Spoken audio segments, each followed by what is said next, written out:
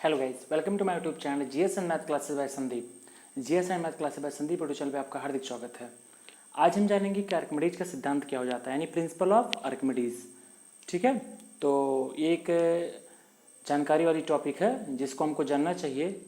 जैसे उत्प्लावन बल क्या होता है, उत्प्लावकता, आर्किमिडीज का सिद्धांत, ये सब आपस में रिलेटिव हैं। तो देखिए, इसको हम शुरू करते हैं। तो शुरुआत होती है आर्किमिडीज का सिद्धांत। आर्किमिडीज का सिद्धांत इंग्लिश में बोलेंगे principle of Archimedes. Principle of Archimedes. ठीक, क्या होता है कि आर्किमिडीज एक साइंटिस्ट रहते हैं और उन्होंने देखा कि जैसे कोई टब है और वो जल से भरा हुआ है। ठीक है, तो मान लीजिए ऐसे ही जल से भरा हुआ है, ये ऐसे जल से भरा हुआ है और इसमें कोई वस्तु डाला जाता है और हर वस्तु में द्रव्यमान होता है। ठीक है, तो मान लीजिए 5 किलोग्राम यानी 5 kg वेट का है ये। और जब इसको इस भरे टब में, जल से भरे टब में इसको जब डुबोया जाता है तो देखा जाता है कि जब ये टब जल में आता है तो इसका वेट हो जाता है 3 kg। यानी कि देखा जाए कि जब यह द्रव में डुबोया जाता है वस्तु को, जो 5 किलोग्राम की रहती है यानी 5 kg की, तो उसका वेट हो जाता है 3 kg। तो आर्किमिडीज कहते हैं कि ये आखिर कैसे हुआ। तो उन्होंने दिमाग लगाया, लेकिन जब इस वस्तु को डुबोया जाता है तो जब जो जल से भरा टब है, जब इसको डुबोया जाता है तो कुछ जो जल है ये बाहर आता है। ठीक है, तो ये जो जल आया, इसको डुबोने के बाद ये बाहर गिरा। तो आर्किमिडीज ने इसको एकत्रित किया, जो जल बाहर गिरा था वस्तु को डुबोने के बाद। फिर देखा कि जो वस्तु जो है डुबोने के बाद 5 किलोग्राम से 3 किलोग्राम हो जा रही है, तो यानी कि डिफरेंस कितने का आया, 2 किलोग्राम का। यानी कि ये 2 किलोग्राम गया कहाँ।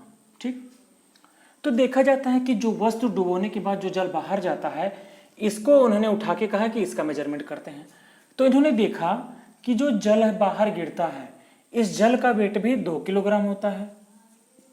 ठीक है, तो यहां से इन्होंने सिद्धांत दिया कि जब किसी वस्तु को किसी भरे बर्तन में डुबोया जाता है तो जो जल बाहर गिरता है उस जल का जो मापांक होता है, यानी कि उसका जो द्रव्यमान होगा, वह वस्तु का द्रव में जाने के बाद जितना द्रव्यमान कम होता है उसके बराबर होता है। यानी कि वस्तु को जब यहाँ से द्रव में डुबोया जाता है जल में, तो इसका द्रव्यमान कितना हो जाता है, 5 kg से 3 kg हो जाता है, यानी डिफरेंस 2 का हुआ। लेकिन डुबोने के बाद जो जल बाहर गिरता है उसका द्रव्यमान भी 2 किलोग्राम हो गया। यही है आर्किमिडीज का सिद्धांत। यानी कि यही इन्होंने बोला कि डुबोने के बाद जो जल बाहर जाएगा उसका द्रव्यमान और जो है वस्तु का जो हल्की हुई है वस्तु जितना, उसका द्रव्यमान दोनों बराबर होंगे। ये आर्किमिडीज का सिंपल सा कॉन्सेप्ट था। ठीक है, इसके बाद क्या हो जाएगा, हम जानेंगे उत्प्लावकता क्या होता है। उत्प्लावकता,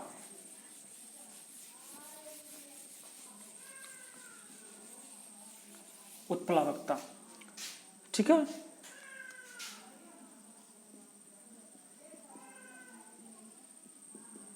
जिसको बोलते हैं वियोंसी। ये क्या हो जाएगा, देखिए, जैसे कोई बर्तन है और इसमें जल भरा है। ठीक है, और जब इसमें कोई बॉल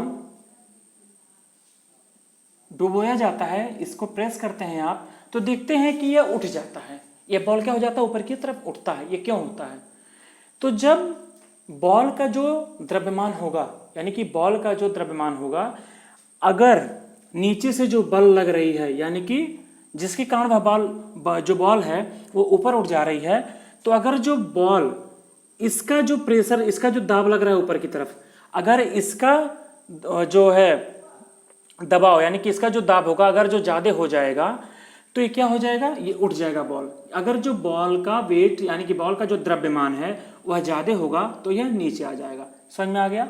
जैसे बॉल हो गया, अब जैसे कोई पत्थर का टुकड़ा है तो उसका भार ज़्यादा हो जाएगा तो वह नीचे चला जाएगा, नीचे तली में चला जाएगा। समझ में आ रहा है ना। तो जिसके कारण बॉल को जब डुबोया जा रहा है तो जब जिसके कारण वह ऊपर उठ जा रहा है उसे हम बोलेंगे उत्प्लावन बल। क्या बोलेंगे, उत्प्लावन बल, उत्प्लावन बल। ठीक है। यानी पूछा जाए कि जब किसी बर्तन में बॉल को डुबोया जाता है यानी गेंद को डुबोया जाता है तो गेंद ऊपर उठ जाती है, क्यों?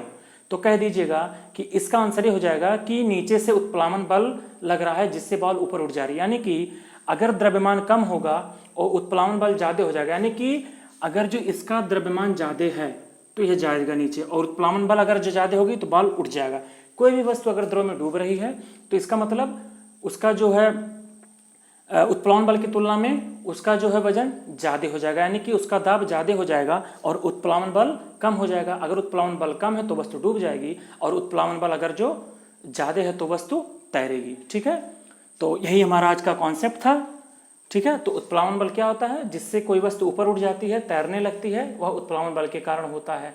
ठीक है। और यह पूरा प्रोसेस जो होता है इसे बोलते हैं उत्प्लावकता यानी बुयांसी बोलते हैं। समझ में आ गया। तो ये बॉल जो तैरता है किसके कारण होता है, उत्प्लावन बल के कारण होता है। ठीक है। इसके पहले हमने आर्किमिडीज का सिद्धांत पढ़ा कि जब जो द्रव है जब किसी वस्तु को डुबोया जाता है जल में तो जो जल बाहर गिरता है उसका मेजरमेंट कर लेते हैं, यानी उसका जितना द्रव्यमान होगा और जो वस्तु जल के जाने के बाद जितना उसका वजन कम होगा यानी द्रव्यमान कम होगा, दोनों का मेजरमेंट क्या हो जाएगा, इक्वल हो जाएगा। ठीक है। तो ऐसे ही और जानकारी के लिए चैनल को लाइक करें, शेयर करें, सब्सक्राइब करें और ऐसे ही कॉन्सेप्ट को समझते रहें। ठीक है। आज के लिए इतना ही, मिलते हैं नेक्स्ट वीडियो में। जय हिंद, जय भारत, थैंक यू।